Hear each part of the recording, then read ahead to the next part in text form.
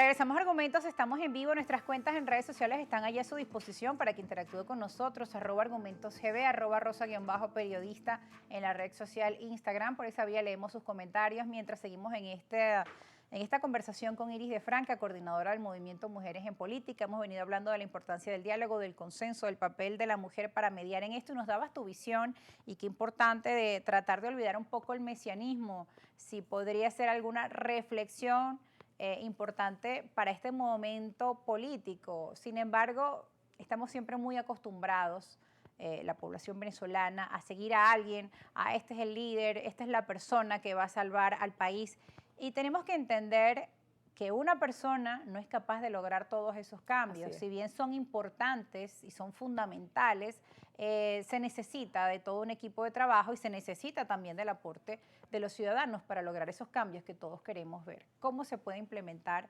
este tipo de transformación? Mira, Rosa, yo voy a decir algo que tengo años diciendo, ¿no? Porque además creo que yo no he inventado o no voy a inventar aquí algo que ya no exista. Es una construcción política de la que muchos hemos hablado en el pasado.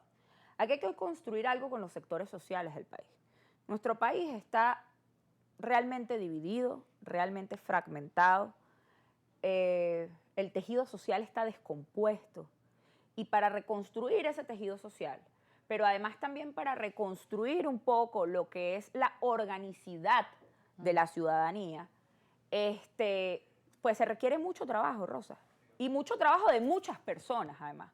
O sea, esto no se trata de un hombre o de una mujer, se trata de representar realmente el sentir de la gente, el sentir del pueblo, el sentir de los sectores, y por eso hay que ir a la búsqueda y al encuentro de todos los sectores.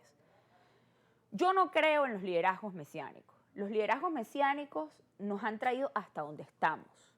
Es decir, el Mesías era Chávez y miren dónde estamos hoy. Bueno, y que no nos extraña, muchas personas que en algún momento siguieron a Carlos Andrés Pérez, luego siguieron a Hugo Chávez y paradójicamente también ahora siguen a otra figura. Y vamos a hablar de la oposición también. Podemos decir de Chávez, ¿no? O sea, sí. Chávez era el Mesías Salvador, el que iba a solucionar todos los problemas de este país en 1998. Y pues bueno, 27 años después tenemos un gobierno que nos ha traído más problemas que soluciones, ¿no? Y que se originó allí, que eso no hay que olvidarlo. Pero también nos vamos a la oposición. Hubo un mesianismo pero fantástico, Juan Guaidó. Eso eran marchas multitudinarias porque el primer joven del país estaba agarrando las riendas y bla, bla, bla. ¿Y dónde quedó el liderazgo de Juan Guaidó? ¿Dónde está hoy Juan Guaidó? ¿Qué implicó para el país Juan Guaidó? Porque dejamos como ciudadanos la carga de la solución primero en una sola persona. Y segundo, no entendemos que un hombre, solamente un hombre, no puede cambiar lo que vivimos. Porque además lo que nosotros vivimos en este país es una situación muy compleja, Rosa. Yo te puedo hablar, por ejemplo, del tema del sistema de justicia. El sistema de justicia está totalmente destrozado, desde la primera instancia hasta la última. El sistema de justicia de este país se corrompió por completo. Hay jueces, fiscales corruptos, no lo digo yo. El exfiscal Tarek, hace no menos de un mes, desmanteló una banda gigantesca de funcionarios públicos corruptos en el estado Zulia. Es decir, aquí hay un problema muy grande que hay que solucionar. Vamos a poner el ejemplo de Enrique Márquez. ¿Sabe Enrique Márquez algo de justicia? No lo sabe. Él es ingeniero, sabe de petróleo, pero estoy segura que va a haber una figura que pueda acompañar a Enrique Márquez, que pueda tener propuestas sobre el sistema de justicia. Y así como eso, seguramente va a haber alguien en el área social, de protección social, que tenga propuestas y que pueda acompañar ese gran frente en materia de salud. Y así sucesivamente tú vas sumando voluntades en diferentes áreas de experticia que tengan la posibilidad de generar propuestas y con su experiencia y su conocimiento procurar que los acuerdos que se lleven a la mesa se traduzcan realmente en un beneficio para el país. Yo creo que eso es lo que hay que hacer. Yo creo que ese es el camino. Y mi invitación a la ciudadanía es dejar un poco el tema del mesianismo, salir un poco de esa cultura que tenemos, que es una cultura además muy latinoamericana, no es una cultura exclusivamente de Venezuela, salir de esa cultura de que viene un supremo Dios a salvarnos de todo esto y creer que esto es un asunto que debemos construir entre todos y que absolutamente todos somos necesarios, incluyendo los que nos gobiernan, porque eso creo que es importante decirlo. Incluyendo los que nos gobiernan. Sentarse con quien adversamos es parte del trabajo que hay que hacer.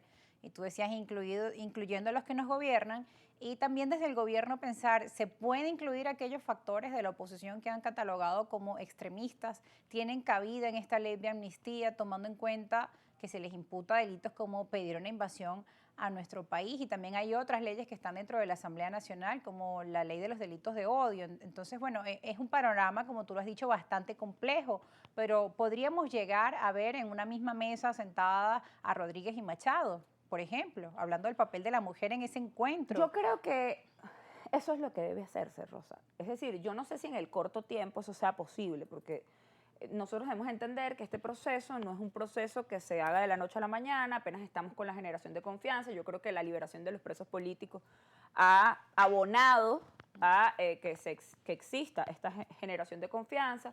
Esto es un proceso que debe seguir la liberación y eso va a generar una estabilidad política que va a permitir que las interlocuciones sean un poco más certeras y más cercanas también, ¿no? Pero yo creo que el fin último no es simplemente ver a Machado y a Delcy en una mesa, es verlos a todos. Porque el chavismo tiene su diversidad en sí misma. Y la oposición tiene su diversidad. La diferencia entre el chavismo y la oposición es que al chavismo lo une el objetivo de mantener el poder y a la oposición hasta ahora no lo ha unido nada. Pero la verdad es que ambos tienen diversidad en su composición. Y yo creo que esa diversidad se ve representada en un espacio de diálogo. Un espacio más plural. Un espacio más plural que obviamente no es la Asamblea Nacional, un espacio en donde pues bueno, todos estos factores se puedan encontrar. María Corina tiene un gran reto, que es adaptarse a este nuevo momento político, porque hasta ahora no lo ha hecho. Sigue en la narrativa previa al 3 de enero. Y yo creo que ella debe cambiar el chip y si piensa volver a Venezuela, volver con un chip que le permita entender que lo que Venezuela necesita ahorita es acuerdos para la estabilidad, para poder generar la transición a la democracia. Porque si nosotros vamos a un proceso electoral en estas circunstancias, el resultado va a ser igual o peor que el 28 de julio del 2024. Bueno, incluso es el plan que ha diseñado, la hoja de ruta que ha propuesto el gobierno de Estados Unidos, y eso contrariar al plan de Donald Trump para la líder no sería contraproducente, pues ella misma le llevó su medalla del Nobel de la Paz a Estados Unidos y bueno, vamos a ver qué sigue en la agenda política nacional e internacional también. Tenemos que ir a una pausa, ya regresamos con más argumentos, no se aparten.